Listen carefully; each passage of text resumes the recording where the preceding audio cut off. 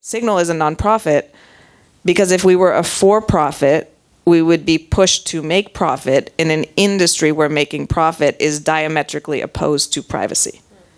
And so it is to maintain the integrity of our mission that we need to resist me having a board or a bunch of VC investors who like go to Davos, they're at the, 6 a.m. breakfast, and they hear about some AI strategy, and they're like, come on, we gotta, drop some of this privacy. How about Signal for business? How about an enterprise Signal? How about Signal for education that just collects a little bit of data so we can train this LLM, and then we can do the large language model, and we can do all of this, because we need to get that revenue in the door, because we need a Series A, we need a Series B, we need this, right?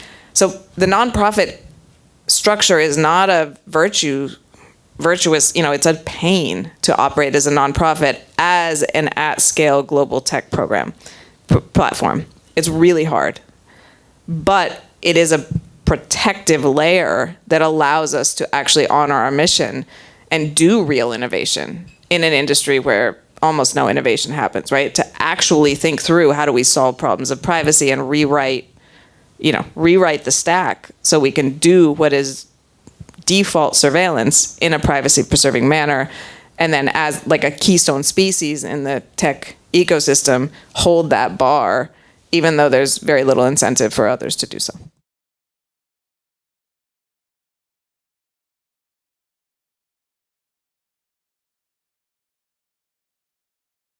Hi, everybody.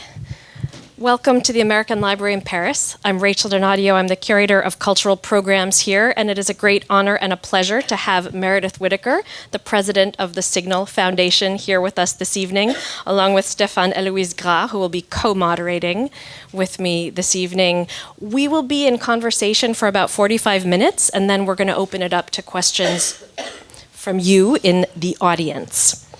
In the Q&A, you should raise your hand and wait for a mic.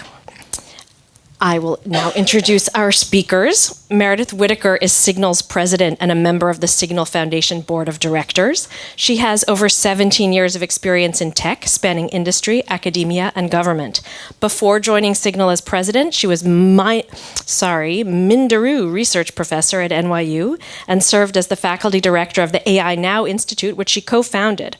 Her research and scholarly work helped shape global AI policy and shift the public narrative on AI to better recognize the surveillance business practices and concentration of industrial resources that modern AI requires.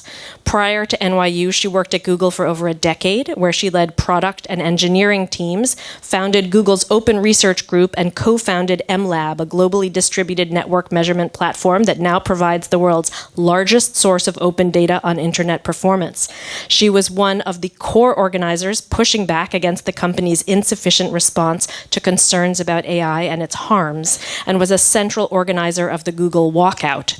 She has advised the White House, the FCC, the City of New York, the European Parliament, and many other governments and civil society organizations on privacy, security, artificial intelligence, internet policy, and measurement. She recently completed a term as senior advisor on AI to the chair at the U.S. Federal Trade Commission. So please join me in giving a huge round of applause to Meredith.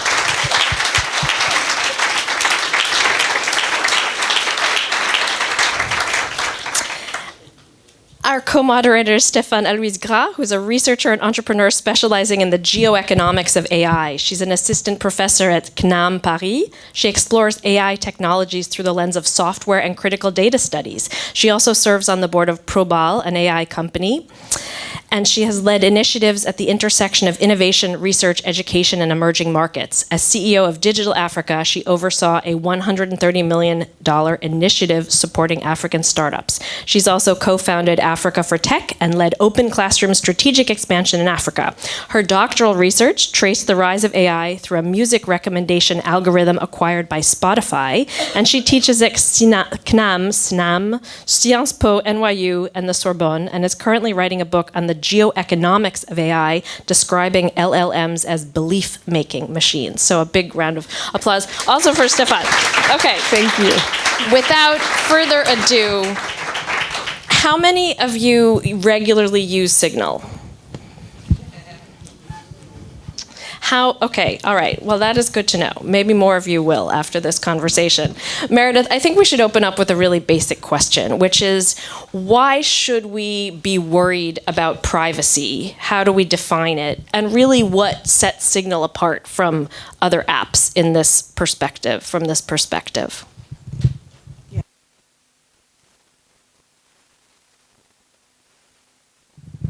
Hi, thank you. Well, thank you for that generous introduction. I think that bio is just too long. You've done so many things. Yeah, that's what happens when you stay in the same industry for 2 decades. On this question of privacy, why should we care?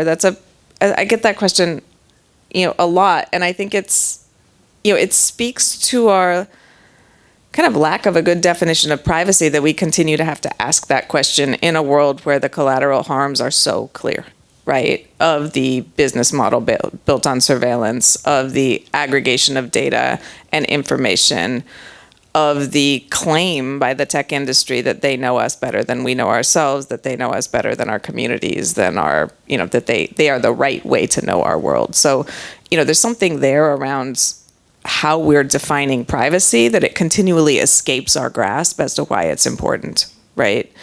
And this is actually something Stefan and I were talking about in the back room, like, why is it that this type of authority is sort of ceded and taken for granted, that the idea that the tech industry has a right to define who we are to begin with, right? That their database somewhere is a more objective and accurate description of ourselves and our world than our friends, our families, our lovers. This is where that authority, and it's kind of a Hayek for dummies, right? Which I've talked about. Like, the only way to know is through this sort of objective data. I'm getting already down into a rabbit hole, but I think kind of moving up, I think to understand the answer to that question, we need to focus on what are the precious things we need privacy to protect, and not on data flows and processing and where the servers are located, because that gets us into a really boring conversation that people who have laundry and other duties of care just don't have time for, right? Even as these things are existential to their lives. And, we can then get into the enumeration game, right? Privacy is necessary to protect democracy because democracy requires a sort of clear empirical basis for reality and a space for contestation. It's required for intimacy. We can't, intimacy is by definition private. It's a shared experience or communication with someone or some people that is not shared beyond that. It is necessary for I would say learning, right? You need to have time to absorb new ideas, let those synthesize that into the bedrock of, existing paradigms and disrupt them. It's a very vulnerable process. It is necessary to be able to whistleblow. It's necessary to be able to challenge the status quo in environments where that could be dangerous, right? In environments where maybe you're that one person at Enron looking at what they're doing with energy markets in California saying, maybe this is wrong. Maybe I need to tell someone about this because this is going to fuck some people up, right? It's necessary in Washington, D.C. to report on what might be happening in ways that might be bad, right? It's necessary in your company. It's necessary to be able to think clearly. Like, raise your hand if you're able to comfortably edit with your boss in the dock. Right? Okay, now close your eyes. I'm going to ask you to actually close your eyes because we're actually going to try to do this thing. But it'll be quick. Every single message you've ever written in your lives has just been published on a database somewhere. A link has been sent to everyone you know, everyone you've ever known. Click that link, sir. Your eyes are open. But click that link, and you can go there, and okay, there's an LLM that'll summarize this. So they're not just keyword searching. They can type, what has ever been said about me? They can go through all of that. Everyone you know, you're not a dissident. You're not a whistleblower. But that weird ranty email you sent when you were really angry, your blood sugar was low, that really mean thing you said about your best friend because you were trying to curry favor with some popular kids, that weird lie you told, the accidental forward of something that you then sort of tried to cover up, all of it, right? Doesn't mean you're a bad person. It means you're human, and we're sort of negotiating these boundaries and these fallibilities as we learn and move through life. It's all there. How many of your relationships would survive? Okay, so why is privacy important? I opened my eyes now. Now I've opened my eyes. Okay, you can open your eyes, right? But like, I wanted that to hit at the emotional and libidinal level. I don't want to talk about data right now. I want to talk about why it matters, and then we can talk about data. Okay. So, a large language model.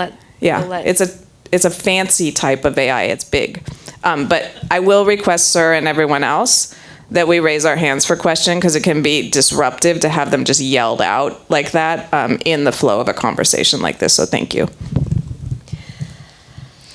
Stefan, why don't you go ahead? I can jump on so thank you, Meredith, for this beautiful introduction. I think it's very important indeed to make this concept very close to us and to understand them, because there's a type of conversation going on around AI security and privacy that seems very either like you need a law degree to have access to it, and we are passively condemned to just watch it and try to make our opinion out of that.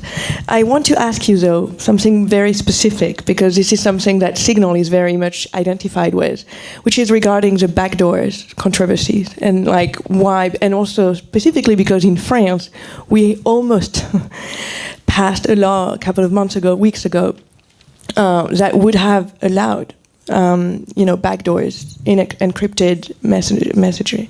So backdoors, for the people asking, backdoors in technology is a way that you can always secure an access with what we call a master key, to a system, a hardware, a software. It could be any kind of technology, and this is very much controversial, because who can have access to the core system and to what's in it, and what's in your phone, what's in your cloud, what's in your in the software you're using. And so this is something that Signal has been very much identified with, because Signal has pioneered what we call encrypted end-to-end encrypted messaging, which is securing the fact that when you are actually texting your best friend, to quote Meredith, something mean or something nice, nobody else than him or her can actually read it. And this is this is why backdoors are important in the encrypted messaging world. So why is Signal fighting, and how is Signal fighting that? What are the incumbents for this fight? Yeah, that's a great question. I might want to go back to some history here, because this fight is long. It's, we're fighting a fight that we probably will never be allowed to stop fighting, because ultimately this is a struggle for power, not a misunderstanding of the laws of math or how technology works. And it's particularly a struggle for the type of power that constitutes itself via information asymmetry. The kind of power that where more and more and more about the people and things you want to dominate as a form of domination, right? And domination doesn't always have to have the ugly edge, right? It's, your employers, the government, et cetera. To govern, you have more and more data, and that's seen as an imperative, of the Westphalian state and going forward, what have you. In the 1990s, and I don't know how many of you are sort of internet people who experienced this or have read about it. I was not. I was a child, but I've read about it. You had this moment of the commercialization of networked computation. So the internet came into being. It was not sort of deus ex machina. There were, networks already laid down. In the US, these were networked computation that was largely funded by the military, and then sort of, kind of positioned around research and academic institutions. So this was the provenance of governments and universities. Toward the end of the 1980s, the beginning of the 1990s, it became clear that databases were getting large enough and more powerful enough, that networks were getting cheap enough and powerful enough, that number of technological factors were converging to make the dream of a commercial internet, of commercial networked computation possible. And so this pushed the issue of privacy and encryption. And encryption, for those of you who aren't, in the same world I am, it is the name for the technology that allows us to authenticate and provide privacy via networked computation. Encryption is the thing we have to do that, right? And it comes in a number of different forms. And so, up until the end of the 1990s, actually, encryption had been, basically the domain of governments. It was highly regulated, under arms control treaties, right? So, if you were to publish your encryption software, as someone like Dan Bernstein tried to do, and it was downloaded by someone in Europe, you were violating arms control treaties, which kind of doesn't work when you're talking about pollinating the world with a U.S. model of networked commercial computation. Because ultimately you have to be able to access that endpoint across the world if you're going to do that, and if that's secured with encryption and you're violating arms control treaties, et cetera, et cetera. Nor does it work with a model of commercial network computation, of this sort of commercial internet, that would have anything to do with commerce or anything to do with confidential information, because of course you have to keep commercial transactions private. You need to keep, if you're a business running on this, you need to keep your private stuff private, right? So there were two forces at odds in the 1990s. It was this sort of old school force of governments who wanted to keep the encryption to themselves so they could secure what they had, but have a backdoor into everyone else. And this new force of the sort of Clinton-era neoliberal zeitgeist for this commercial internet that was like, trillions of dollars are riding on this working for us. So you need to figure out a plan here. And so this was the cauldron within which something called the crypto wars happened. And the crypto wars were these sort of policy debates and legal fights and all sorts of things that in 1999 basically did result in the liberalization of encryption. Mm-hmm. So, the arms, it was no longer controlled by these strict arms control regulations, all but, almost not at all controlled by that. And anyone could develop and deploy very strong encryption anywhere they wanted, full stop, right?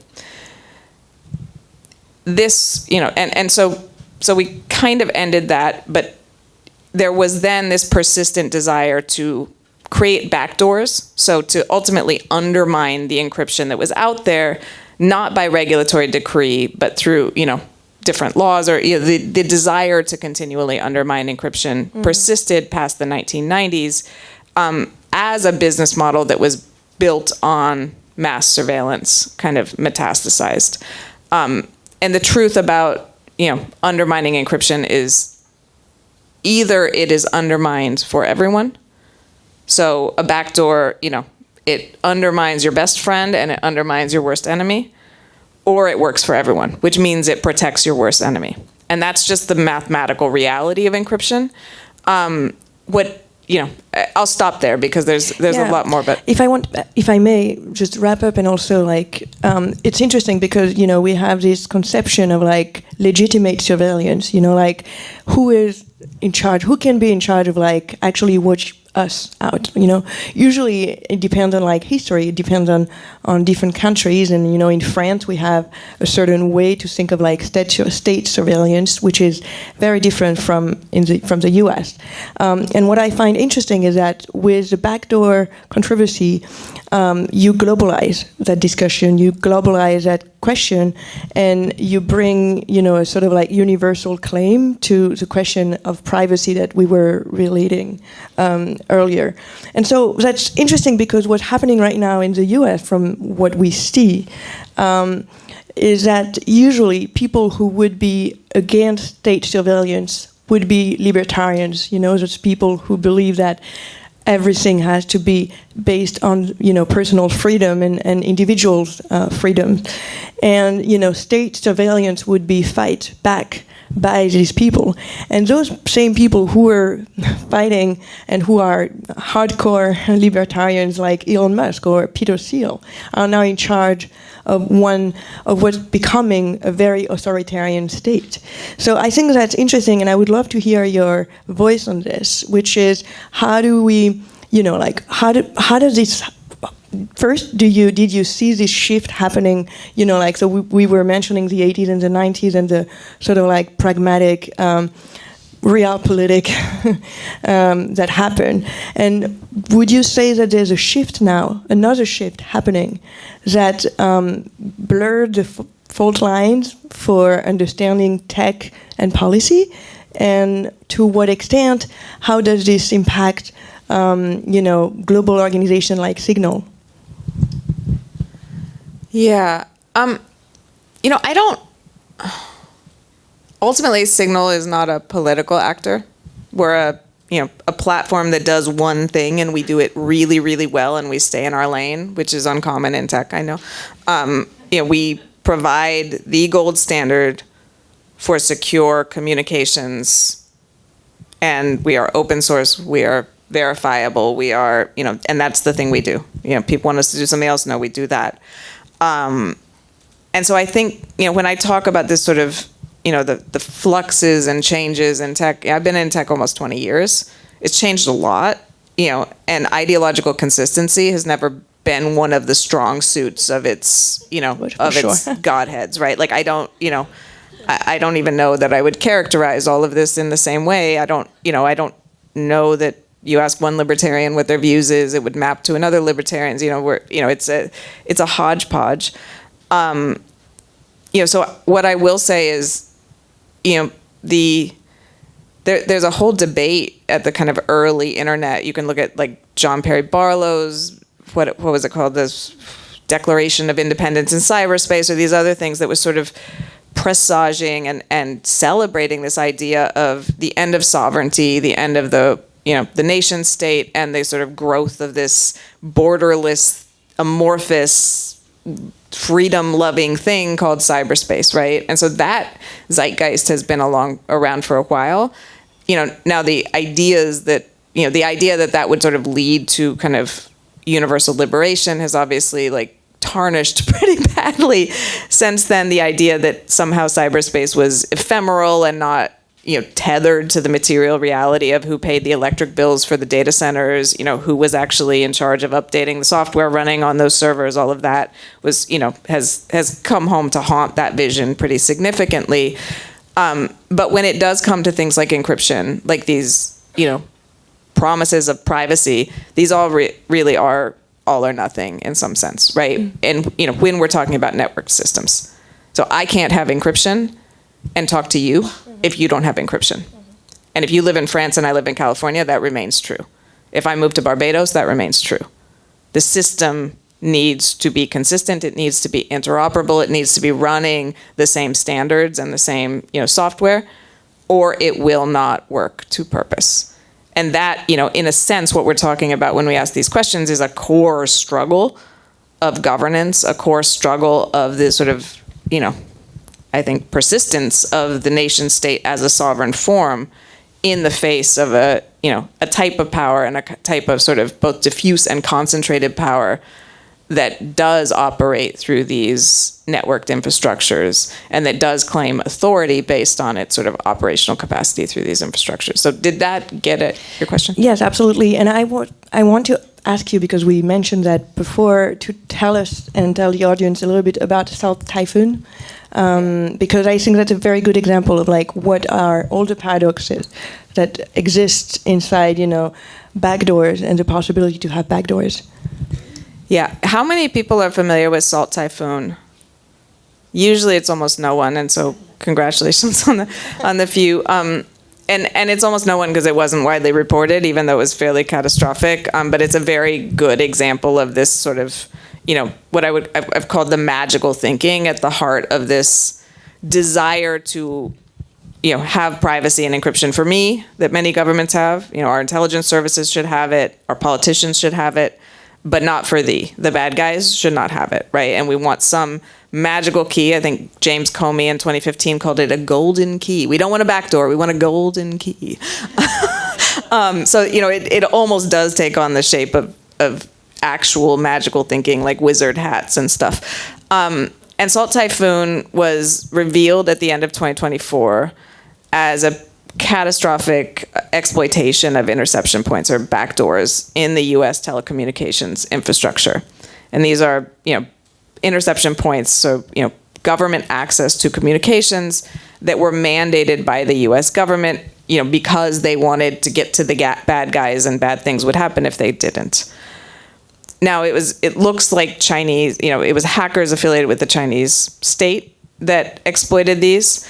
And it's the kind of thing that you would assume the people who got really upset about Snowden would also be equally upset about, right? Because it was that kind of breach. Millions and millions of, people in the US had their data exploited. This was their SMS data. So, text messages. So imagine that database, right? This was their call data, all in the clear. So anything they said just swooped up, saved. Location data, other intimate telemetry data, all collected, in and around DC and nationwide. And it was revealed that, the Trump administration, the Trump campaign, Harris campaign, J.D. Vance, others had, this type of granular information. So you can, it's your text messages, it's when you started visiting an oncologist's office, when you started talking to a lawyer, when you started talking to a divorce lawyer, when you started going to, say, a reproductive health clinic, when you started talking to a union organizer, when you started talking to another manager in your department about potentially changing jobs, when you, as potentially a agent of, that was working for the U.S. government secretly, even though you were allied with the Chinese state, started walking into the FBI office for meetings, right? I'm making this up, but I'm making this up because I want it to illustrate that SMS data sounds obscure, as we started with, right? But the consequences of this kind of, attack on these backdoors was profound. And I think one of the reasons we haven't heard that much about it, beyond the fact that, it's not very flattering for the government or the telcos, is that it's very hard to know once you have hackers sort of infiltrated in your systems whether they're actually all gone. So we should assume that a system exploited like this is, continues to be exploited. It's a difficult thing, and then you're defunding CISA and a lot of the, the people and institutions that would be looking at this. So that's, that is a lesson of you can't have it for me without also offering it for thee, and the consequences are significant when technology is the nervous system of our lives and institutions. So it's there we have it, Salt Typhoon. Yeah. One of the things that obviously happened recently that made a lot of people who hadn't heard of Signal hear of Signal is, of course, when the editor-in-chief of The Atlantic, Jeff Goldberg, discovered that he was added to a Signal thread with much of the Trump cabinet planning a hit on a Houthi target in Yemen. And I just wonder what your takeaways were from that incident and how, if at all, it affected how Signal operates. I'm not familiar.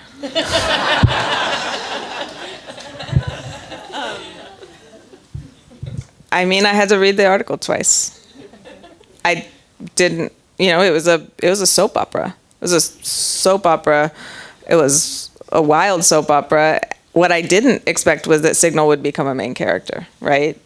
We are a platform, everyone with confidential information they have to share or duty of care uses, right? We hear it from everyone. We talk to any government, any intelligence agency, any boardroom, any CEO. They got their Signal contacts. They're having conversations there because at some point someone was like, yo, put that somewhere private. And they did, right? It is, it's the only mass private communications app that works at that scale, that crosses institutional boundaries, that crosses jurisdictional boundaries. That means you can't just, if you're in the US military, it's not just talking to your generals on a red phone. You can also talk to your counterpart in another military. You can also talk to your babysitter saying, hey, meet me here, after you told your general, hey, meet me here, right? It eliminates that kind of gap. Now, the story was pretty absurd, but the thing about Signal is, like, we know what was in print. We don't know anything else because we have re-architected the stack up and down to mean we literally don't have that data. So my comment on that was like, wow, wild boys, what are you doing? But other than that, I'm a civilian. I'm looking in like everyone else because we have intentionally blinkered ourselves from having any additional information that those using Signal don't have themselves and don't tell us, right? Or tell Jeff. It is a new moment where I think in the past we wouldn't have said, oh my God, they used the phone to communicate. But now it's the Signal does become part of the story. Signal is a nonprofit in a world of gigantic capitalistic mega tech companies. Tell us a little bit about why it's important for Signal to be a nonprofit and how exactly that functions at scale. Yeah, I love this question. We are a nonprofit, and we're not a nonprofit because we think the nonprofit form is particularly virtuous, right? We didn't choose this because I love fundraising dinners, right? We are in an industry, thanks to this 90s history in part, and the decision by the Clinton administration in 1996, when they wrote the rules of the road for the commercial internet, to do two things that are in combination very toxic. One, zero restrictions on surveillance, so no privacy law. And in the US, there's still no federal privacy law. And two, to endorse advertising as the economic engine of the internet. So why do those two things matter? Well, the one lets you collect the data, and the second lets incentivize you to collect more and more and more data, because know your customer, and that's the data that creates the models of types of people that are then sold to advertisers or whoever who bid to reach those types of people and then place targeted ads in our feeds that, they want us to see because that's how they make money when we click. So they incentivize engagement, et cetera, and the collection of more and more and more data, and data broker industry and our credit card data, and then, the authority to know our world has been ceded, right? So that is the kind of nucleus of what we're dealing with here. And why does that matter to Signal, and why does that matter to the question of us being a nonprofit? Well, the economic engine there is the collection and monetization of data. It's surveillance.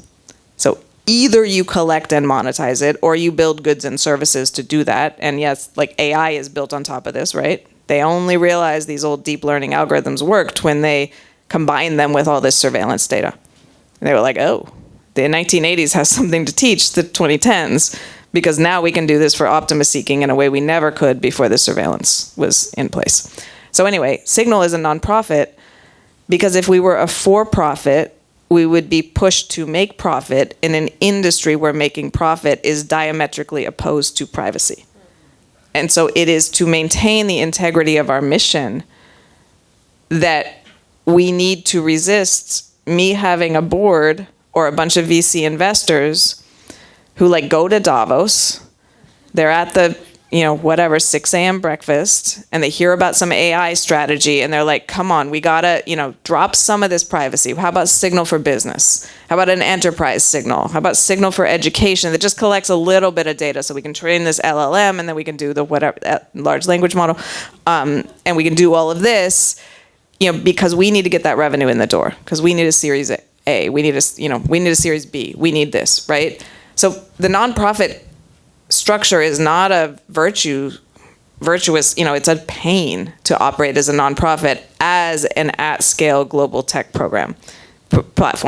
It's really hard, but it is a protective layer that allows us to actually honor our mission and do real innovation in an industry where almost no innovation happens, right? To actually think through how do we solve problems of privacy and rewrite the stack so we can do what is default surveillance in a privacy-preserving manner, and then as a keystone species in the tech ecosystem, hold that bar, even though there's very little incentive for others to do so. Well, you're a nonprofit and you're also open source. Yeah. And we have to be open source if we have any integrity or dignity, because, we do not expect you to take my word for it, to take our word for it, when the stakes are this high. So the code is open so many eyes can scrutinize it, find problems, find issues. If there's someone trying to insert a backdoor, they can call us out, and make sure it's stopped. Yes, the founder of Mozilla, Mitchell Baker, called open source the open source ethos. She says it's an architecture of participation. Would you agree with that? I mean, it can be, but there's a bunch of dead repos on GitHub that no one touches, right? Like, it's also labor. It's also, it's a lot of things. There's open source is a licensing paradigm, right? It's a legalistic paradigm that, you can spend thousands of messages on a mailing list, like churning over. It is it's a community participation ethos. So it can be something where many people contribute to something, but a lot of times that isn't the case, because that misses a labor politics there. Like, people spend their time and energy. There has to be an incentive there. It is also a transparency mechanism. So in Signal's case, we are not a community-driven project insofar as we rarely accept commits from outside, because we don't have the resources to thoroughly review thousands of people tossing code over the wall, right? Sometimes we do. Sometimes it's good. Sometimes it's great. But we do deeply welcome people commenting on our code, sending in bugs, sending in issues, saying, hey, this looks like a problem, right? Because we want that scrutiny. So we are open source in that, as a licensing, you can copy our code, you can use it under GPL. And we're open source as a sort of transparency mechanism, because the promises we make are, we believe, so important that we want people to be able to verify them, not simply trust us. Yeah. That seems like a very different approach than the one of Google, where you spent many years and you were involved in the walkout in 2018-19 to push back against business practices and ethical practices that you disagreed with. You've called it metastatic capitalism. And you've also called yourself a dissent court jester whose critiques enhanced Google's status as a place that accepted dissent, but where you felt you ultimately had no power to affect change. And it seems that Google is such an important company today. And I wonder if you could tell us a little bit about your experience there, your critique of it, and also just what its corporate culture is important for us to know. I mean, the corporate culture of Google, we should know about that because it is one of the companies that really is so dominant in the world today. So could you tell us a little bit about that world? Yeah. Well, look, I left Google July 2019, so about 6 years ago. So I sort of can't speak to that culture anymore, because that's a long time in tech. I joined in 2006. I left in 2013. So, I saw some shit. But I don't think it's actually, I just want to be, there's like an image of someone who just like banks on credit they earned like decades ago that I just don't want to be. And I don't know that what I can say is tech has only grown in terms of its power. They've, hired a lot of McKinsey people. There's now a self-awareness of just how significant the power that is accrued through platform reach, economies of scale, network effects, epistemic control over our information ecosystem, and the imbrication of the state and the tech industry that I haven't seen before, right? I think there is that was always true, and that was one of the things that has, animated my work, and, the organizing I did at Google, the scholarship I've done, is sort of a concern over the way this power was being accrued. And if you, look to history, that concern is very warranted. If you look to the present now, that concern is very warranted. What I hadn't seen before was a sort of self-awareness of exactly what that power meant and how it could be wielded. And I see that now, and I see that being naturalized in a really frightening form with the AI narrative, right? This idea that, we are creating godheads that are more intelligent than we are, that we need to trust with our decision-making, with our allocations, with our, governmental infrastructure, with, everything from teaching our children to deciding what we eat to monitoring our steps to, whatever this hyper-tailorized individuality that is sort of emerging through this, this paradigm, that's a story we tell, right? It's not real about these technologies, about the weird data they're trained on and the strange inference they do and the amount of compute they use to do all of this. And it's a story that is ultimately crediting a handful of companies that have the resources to build these technologies with Godhead intelligence and ceding the power to make these determinations to the handful of people who ultimately benefit from and control the technologies at these companies. So it's the kind of narrative that I see wrapped around this surveillance business model, which is now the basis of this kind of AI story, that is the most concerning shift between 2019, where this was well on the way, right? We're talking, this AI boom that we're in started like 2012 is the inflection point we can mark. It was sort of a little before then, but 2015 is when all the money hit, the DeepMind acquisition, like DeepFace was 2014. And so we saw this sort of supercharged through that period. GPT is a kind of novel manifestation, but I think the narrative armor they have to justify doing whatever they want with plausible deniability that they, we don't know where the orders came from, we just know they're right and you need to follow them, is what I'm most concerned of here. Yes, that narrative that bigger is better, right? That we need, you need always more data, you need always more compute power. And that turns out that it seems that there's no real economy. And I remember that you mentioned once, I saw that, I think that was at the Financial Times, that you were describing AI as a Potemkin market. And I found it very, very good description, and it resonates with what another writers wrote about techno-feudalism. Thank you, Rachel. No problem. With the former Minister of Finance in Greece, describing the fact that AI is actually killing the market because there's no more competition and there's no more open market, basically, and free market. Would you agree with that? Like, would you say that AI is actually killing capitalism? Oh, that's too big a question for me. And we would have to define capitalism and then we'd be here all night and the guys would come in. No, yeah.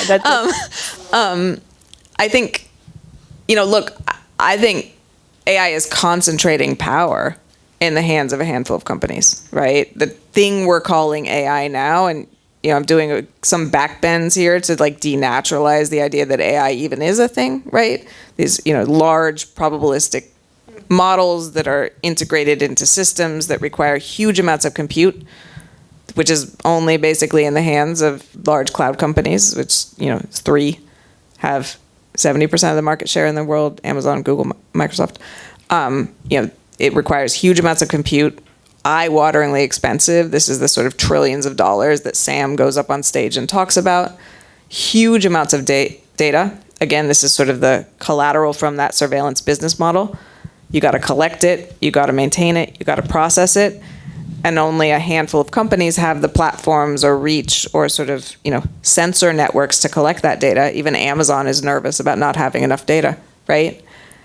And then you have to apply that to, train models that then, after you've spent $1 billion on one training run for one of these large models, you have to have a market for. And market access is either through cloud, so selling access to APIs, which is like sell access to license access to a model, and then you kind of integrate that into your startup or whatever, or through having an existing platform, so Instagram or Facebook or something like that, where you can use AI as a part of a feature set, which is why all of our software is getting so annoying, right? It all has a bot. It all wants to summarize that email for us, right? And so it's a highly concentrated market that is increasingly intermediating everything else. And this is with, the AI agents. So now you can't even open your phone without an agent offering to do things you don't want it to do. Again, that's, collecting data, going right back to these handful of firms. So there is no startup ecosystem for AI, right? Most of these, you can train a model. Sure, Mistral trained some really cool models. You can use their models. Their business model is basically, as far as I understand it from their, earnings calls or from their, documentation, is they have salespeople who act as kind of service engineers. So if you have a hard time implementing that model on your own servers, you can call them and get some help, and that's what you pay for, right? But they don't, they still have to license that model to Amazon to allow Amazon to then sort of allow access to that model through their cloud infrastructure for large customers, right? They're still using Amazon servers. They're still, and so we need to understand these dependencies if we're going to understand a market or lack thereof.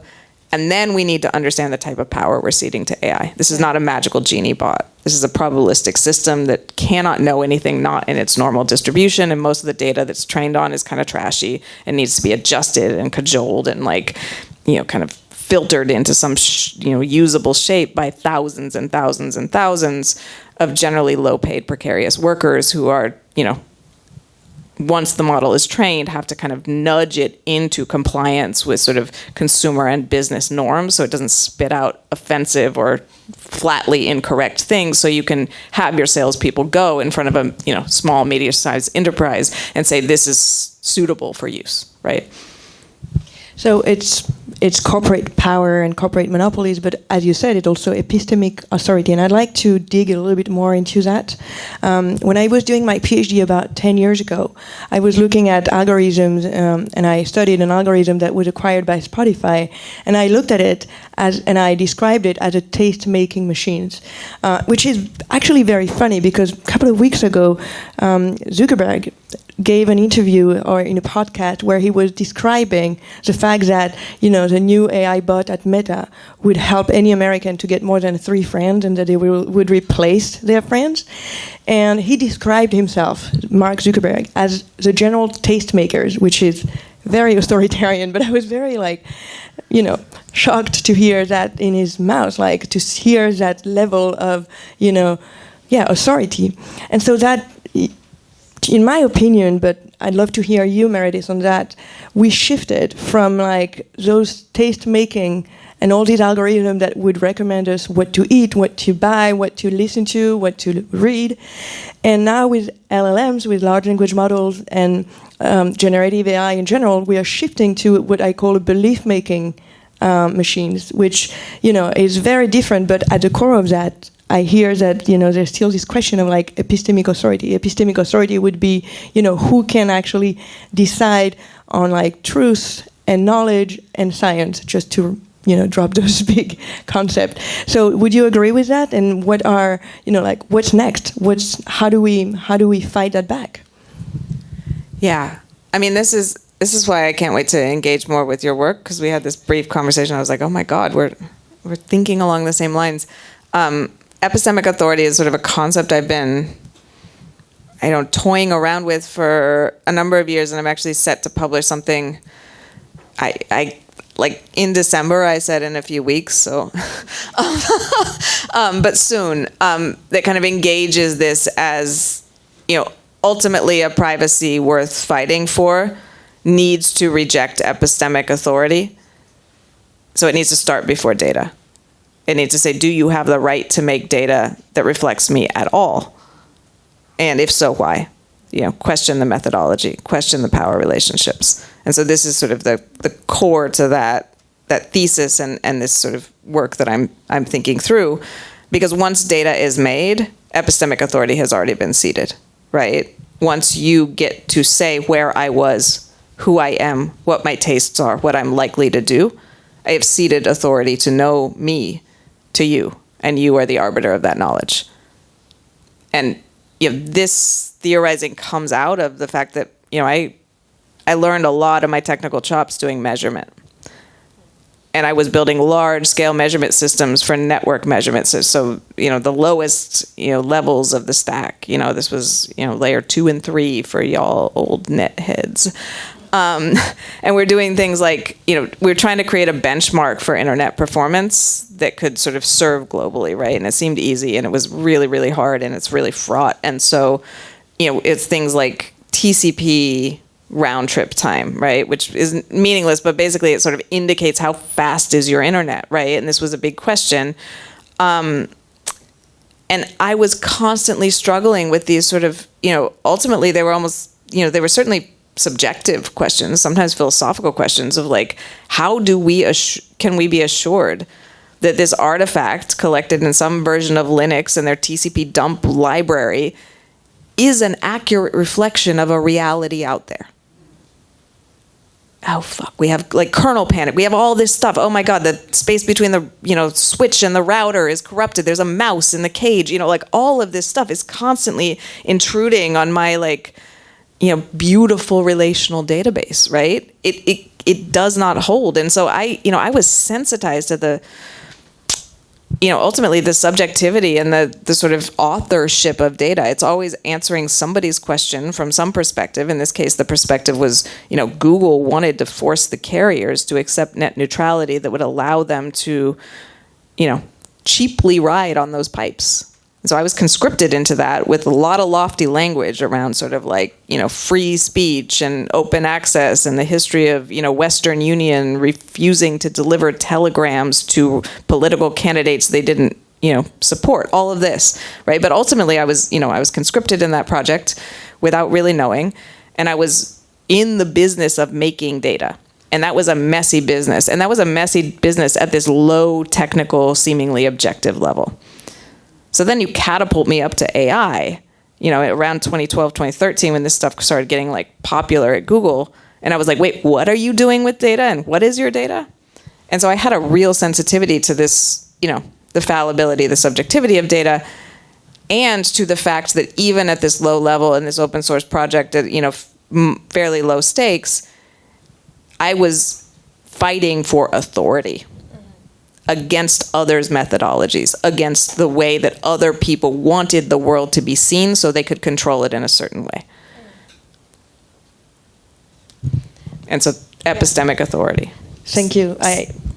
Yeah. So what do you think are some of the most viable counterpowers to push back against these big data companies and this system of surveillance capitalism?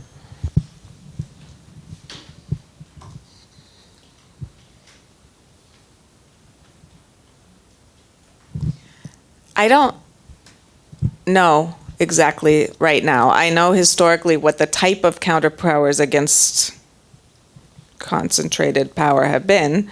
There is sort of, there is regulation, and regulation is a kind of clinical word for just setting the bar with stakes across private industry.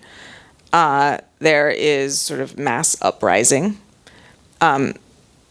Yeah, in the age when power is executed computationally, hard to know if that's effective. There are, traditionally bulwarks against a kind of abuse of state and corporate power have been, workers and organized workers. That's, throughout history, we see that being a bulwark.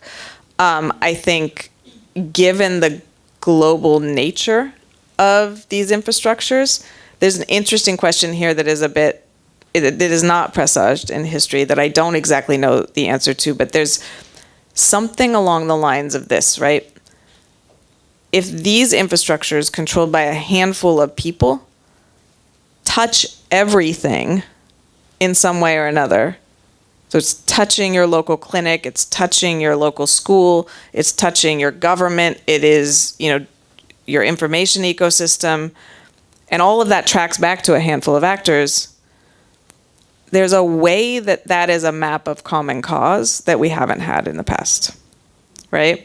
There's sort of a solidaristic connection that is not obvious if we take, the fight to be just education, right? But if we recognize, there are commonalities in terms of, I don't know, common enemy or at least a common paradigm we want more democratic say in shaping, I think there is some hope there that I haven't formalized or theorized, but that is not precedented in the histories I've read here, and that does have some enough heft to it that it doesn't leave my mind when I'm asked questions like this. I think at this point we're going to open it up to questions from the room. First, can we have a big round of applause again?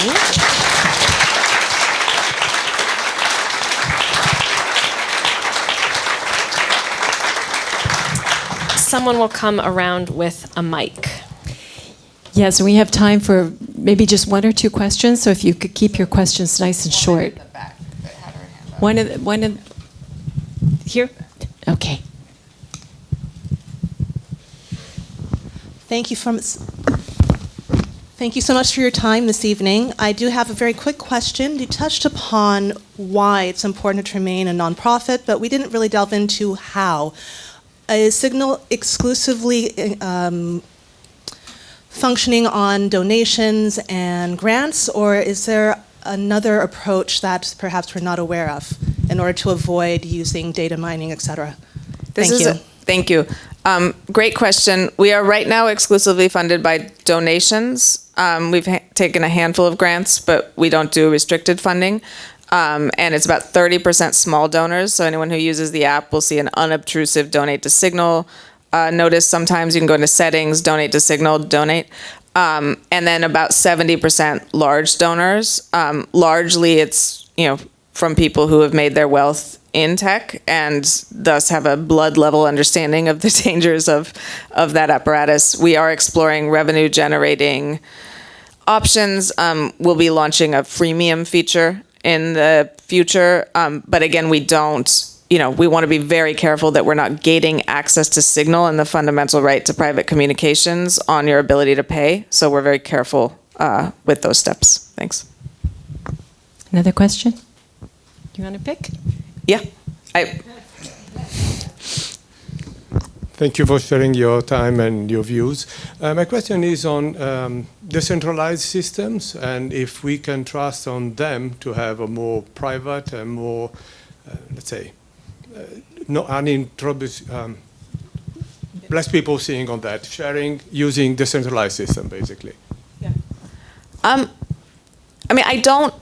Decentralization doesn't necessarily mean private. I do think if we, there are efforts at decentralized protocols that are interesting. Bitcoin type of. Yeah, Bitcoin is very not private, but yeah. It's not private, but it's fully private as no one sees what's going on. Or if you share a message, let's say you could use that type of technology in order to. You could. Bitcoin is, ultimately very exposed, and so there are sort of Bitcoin bridges and other things that are trying to enable, payment privacy and all sorts of things. We could get into a rabbit hole there. I think this is maybe where I'll push on that. I would love to see the adoption of decentralized protocols and, decentralized systems. I think we need to be super careful, though, about how we're defining decentralized. And so if you look at Bitcoin, you have a lot of the Bitcoin whales, the Winklevoss twins, owning most of the mining infrastructure, right? And so what in particular is decentralized there? We have to be, I think there's still material infrastructure, there's still hardware, there's still sort of financial incentives and control that we can't abstract away simply because the technological layer, in this case, the sort of protocol and instructions are available to anyone to implement. TCP/IP is decentralized in that sense, right? But ultimately we see centralized tech infrastructure and centralized power that controls how that is and is not used. So yes, I have a hope for those structures, but I think ultimately they cannot simply be technical modalities. These are political questions that are questions of power and control as well. Yeah. Okay, we have time for one more question.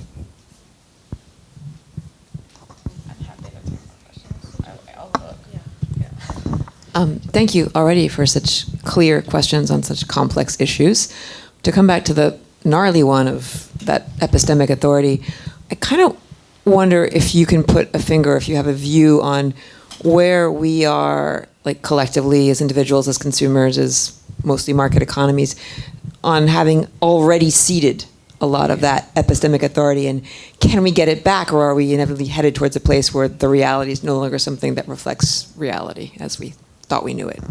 Yeah, this is a great question. And there is when I've been writing this piece that I have not yet published, I keep going back and forth. It's like an accordion, expanding this section on sort of like the history of state statistics and, kind of Enlightenment era reasoning, which is a meaningful history if we talk about sort of ceding authority to, scientific practice, some of which is obscure to most people. How do you trust experts? There's billions of books that, not billions, but many books that have been written already. So yes, it is not simply sort of a novel break with the past when we see tech kind of creeping into this, this position. And I don't know, I think it is the concentration of power and authority is, I believe, novel. The reach and scale is novel. And the integration into almost everything kind of mirrors the Catholic Church in the Middle Ages, but in a much more sort of immediate and, well, I wasn't around. I'm not a scholar of religion in the Middle Ages, so I'll stop there. But, there are differences in kind and quality that I think are worth pushing on. But, you can go back to McLuhan, you can go back, this is not, there are arguments over advertising and epistemic authority, or put another way, right? This is a continuum again. I would say there's a book called Selling the American People by a scholar, Lee McGugan, that's very good on this particular history of operations research and military tech that was then applied to the advertising industry in sort of starting in the mid-century era in the US, that sort of seeded a lot of the foundational assumptions that then kind of were supercharged with the internet industry. So, in terms of a continuum of this particular strain of it, this sort of, surveillance, the surveillance business model, that's a very good source to sort of keep pursuing that answer. And I don't know if it's already, the well is already too poisoned for us ever to recover. It's really hard to understand what it would be like not to swim in this water. I'm going to throw out a grace note question using executive authority here. Meredith, you're a humanist. You studied rhetoric at Berkeley. You're a reader. What are you reading these days to help you navigate this moment? What cultural touchstones are you turning towards? Oh, wow. I don't always have that much time right now. Really? Yeah, I'm we have 50 people at Signal, and the people who aren't engineers is an office of 6. And I'm like the janitor. So I read Giovanni's Room in the Luxembourg Gardens again, because of course I did. What have I read?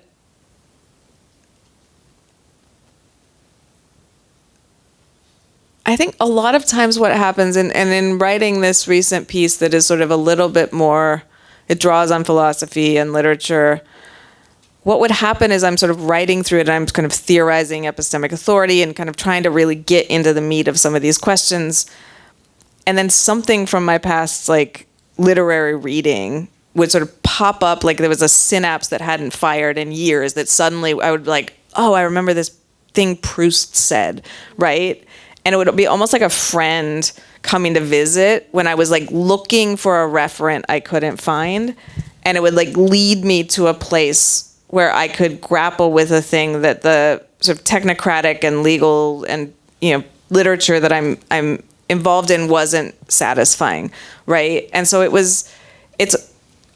I'm not doing a lot of literary or philosophical reading because I just, like, I look at screens all day and I'm always, there's always one news story away from me working 20 hours, right, in a row.